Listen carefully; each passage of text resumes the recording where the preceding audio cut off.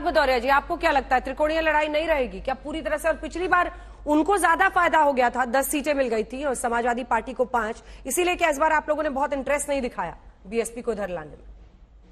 देखिए, अगर आप 2022 का चुनाव लेंगे तो समाजवादी पार्टी और भारतीय जनता पार्टी आमने सामने लड़ी थी। बीएसपी लड़ नहीं पाई थी। बीएसपी की एक सीट बहुत मुश्किल से आई थी और समाजवादी 121 सीटें लेके आए थे। 36% वोट समाजवादियों का था। और जो कह रहे हैं गाजियाबाद से गाजीपुर, तो गाजियाबाद से जब गाजीपुर की तरफ चलोगे तो समाजवादी का वोट परसेंट बढ़ता गया और जब उपचुनाव गाजीपुर में घोसी का हुआ तो बीजेपी वहां जाके घुस गई और बीजेपी का वोट परसेंट वहां पे 50 की बात करें 30% समाजवादी 45,000 वोट से बाई इलेक्शन जीती अभी हाल में ही, अभी 4-5 महीने भी नहीं हुए हैं और वोट परसेंट वहां 60% के करीब पहुंच गया था। इसको कैसे ये भूल जाएंगे? दूसरी बात, ये बार बार इस बात पे जोर मार रहे हैं कि कांग्रेस में और समाजवादियों में किस तरह की बातों की बात हुई थी। तो भैया आपको तो याद नहीं है नीतीश जी के बारे में आपने क्या क्या कहा था। हम तो शब्दों का इस्तेमाल भी नहीं कर सकते जो आपने नीतीश जी के बारे में कहा था, लेकिन आपको डर था ना, हार का डर सता रहा था ना। इतना सब कुछ कहने के बावजूद भी आप जाके हाथ जोड़ के नीतीश बाबूजी आइए हमारे साथ, जो कुछ कहा दिया माफ कीजिए, आइए किसी तरह हमको जीतना है, यही तो आपके साथ है ना। तो आप अपनी बातों में से उलझे रहते हैं कि आपको खुद नहीं पता चलता आप क्या बोलते जा रहे हैं। अब चूंकि जो चुनाव होने जा रहा है वो राष्ट्र के मुद्दों पर होगा, वो देश के मुद्दों पे होगा। महंगाई, बेरोजगारी जैसे भी चर्चा कर रहे थे कि अभी भी 69,000 शिक्षक भर्ती लोग आज तक बैठे हैं, आप लाठियां मार रहे हैं उनको न्याय नहीं मिल रहा है। पुलिस, जैसा कहा कि पुलिस की भर्ती निकाली गई सालों बाद, उसके बाद पेपर लीक। सोचो, एक बच्चा पूरी साल तैयारी करता है तो कम से कम 2 लाख रुपए खर्च होते हैं और बच्चा गांव का होता है और गांव से पैसा लेके आता है, खेत बेच के आता है, साल भर तैयारी के बाद में पता चलता है पेपर लीक हो गया। तो क्या यूपी के लड़के आपको माफ करेंगे? अभी चुनाव आने वाला है, इसलिए मैं बहुत लाइटर नोट में कहते हैं, जब यूपी के आप कहते हैं ना कि अब कौन बात के डर बा, जब यूपी के लड़कन साथ बा, पूरे यूपी के लड़के साथ खड़े हैं। वो अच्छा। हमारे साथ कांग्रेस, हमारे इंडिया गठबंधन के साथ हैं। डिंपल जी कहां से लड़ रही हैं? साथ न्याय नहीं किया आपने, महिलाओं के साथ हमने सुना डिंपल जी को इस बार मैनपुरी से, डिंपल जी इस बार मैनपुरी से लड़ सकती है। आप चुप मार के बैठे थे। अनुराग जी, डिंपल जी इस बार मैनपुरी से लड़ सकती है? बिल्कुल लड़ क्या सकती, लड़ेंगी भाई। समाजवादी पार्टी इस बार, भारतीय जनता पार्टी, मैं आपको बता रहा हूं, आपको लग रहा होगा अभी कि मैं ऐसे ही बोल रहा हूं, मैं कह रहा हूं इस बार भारतीय जनता पार्टी को खोजना पड़ेगा कि कहां पे उनको लड़ भी रहे हैं कि नहीं लड़ रहे हैं। नहीं, मैं तो इसलिए पूछ रही थी कि आपको उनके लिए सेफेस्ट सीट ही खोजनी पड़ती है, बावजूद इसके पिछली बार फिसल गया था मामला, वो हार गई थी पिछली बार।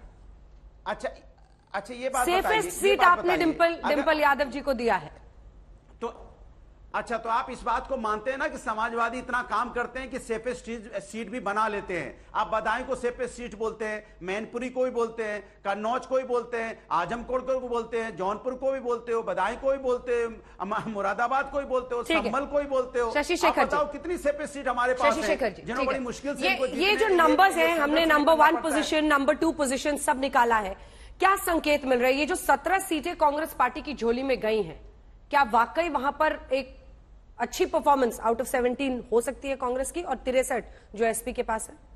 देखिए, पिछली बार का जो परफॉर्मेंस था भारतीय जनता पार्टी का, 50% वोट वो ले गए थे, यह अभूतपूर्व था और अकल्पनीय था कि आधे वोट कोई किसी प्रदेश के ले जाए।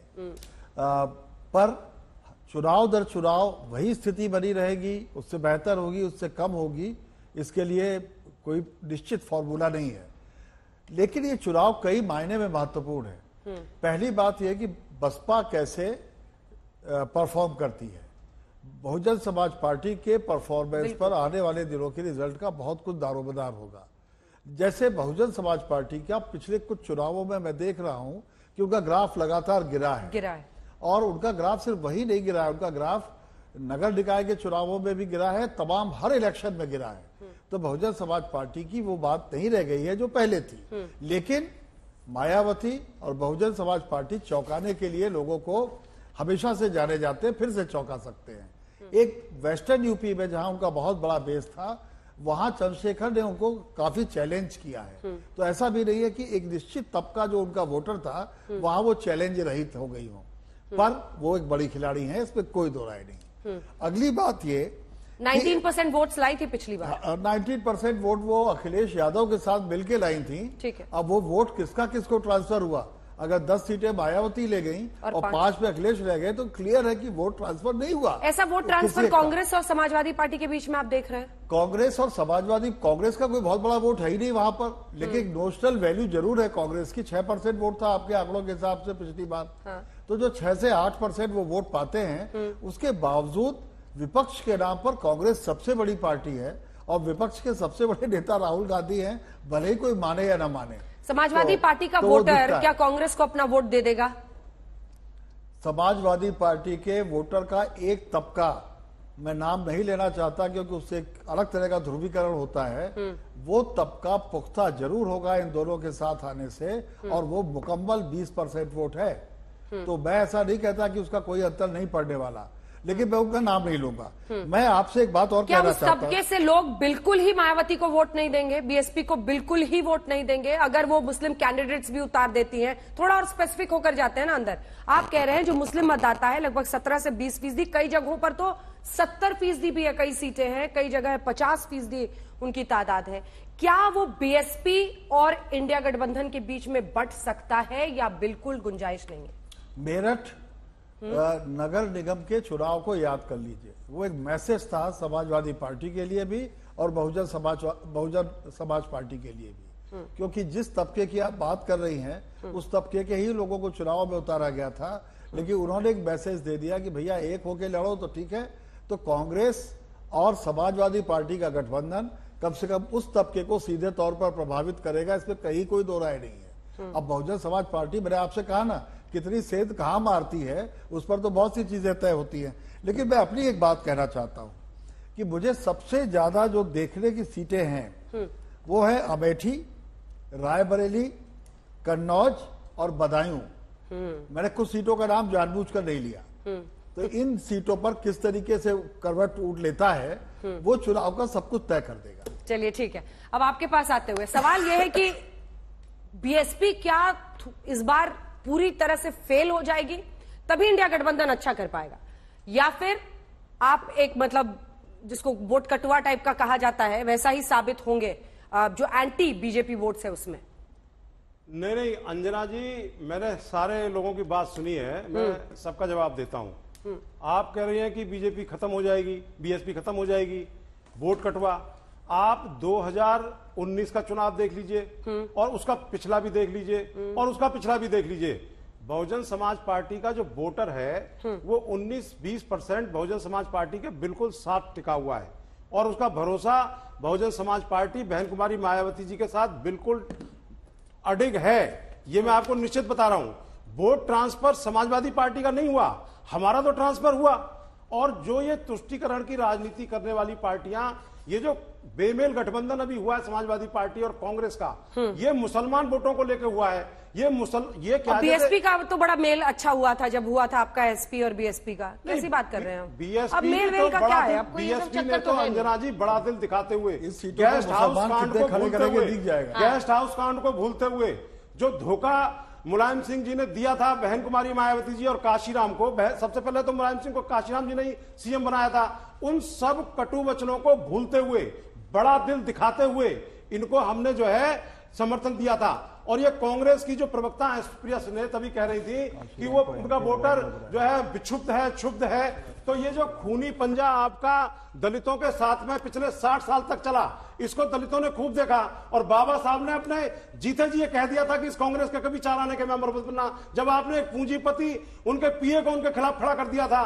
और यही कारण है कि अभी 2 दिन पहले अंजना जी कांग्रेस के नेता बहन जी के घर के आगे, दरवाजे के आगे रात को 11 बजे तक टहलते रहे, लेकिन दरवाजा नहीं खुला और उनको मना कर दिया गया।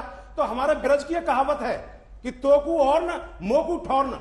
तो ये जो समाजवादी पार्टी का और कांग्रेस का गठबंधन है, ये वही दर्शाता है कि इनके लिए कोई जगह नहीं है और इनके लिए कोई दूसरा नहीं है। इनके सारे दरवाजे बंद हो चुके हैं। काशीराम जी को सबसे पहले एमपी किसने बनवाया था? नहीं, काशीराम जी को एमपी जनता ने बनवाया था, जनता के दम पर बने थे। और मैं आपको बता दूं कि ये जो पार्टियां हैं, देखिए बहुजन समाज पार्टी ने देश हित में कभी समझौता नहीं किया, चाहे वो धारा 370 हटी हो और चाहे वो महापुरुषों को भारत रत्न से सम्मान देना हो और चाहे वो G20 का सम्मेलन हो। लेकिन ये जो छोटी पार्टियां हैं, मैं कांग्रेस को भी उसी में गिनूंगा, ये हमेशा तुष्टीकरण की राजनीति करती है और देश के मुद्दों से इनका कोई लेना देना नहीं है, इसीलिए ये भयभीत हैं। लेकिन और BSP भयभीत होकर के ये जैसे एक जुआरी तिगड़म रहता है ना कि भाई मैं कैसे आगे जाऊं, तो ये जुआ का काम नहीं है।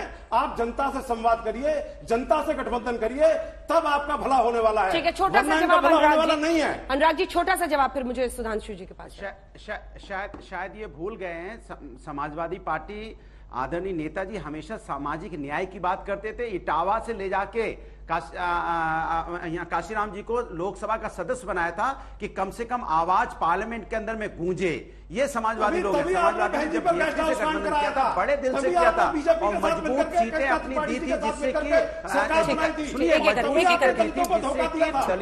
अरे सुनिए ना, क्यों बीच में टोक रहे भाई? आपसे डबल सीटें जीती थी BSP। वही मैं कह रहा हूं कि समाजवादी हमेशा बड़े दिल से गठबंधन करती है। दोनों यही कह रहे हैं, बड़े मजबूत सीटें थी समाजवादी की, वो उन्होंने बीएसपी को दी थी। हमने बीएसपी को इसलिए दी थी कि बीएसपी ज्यादा सीटें जीत के, क्योंकि उनकी भागीदारी बड़े समाज के अंदर में, उनके लोगों की भागीदारी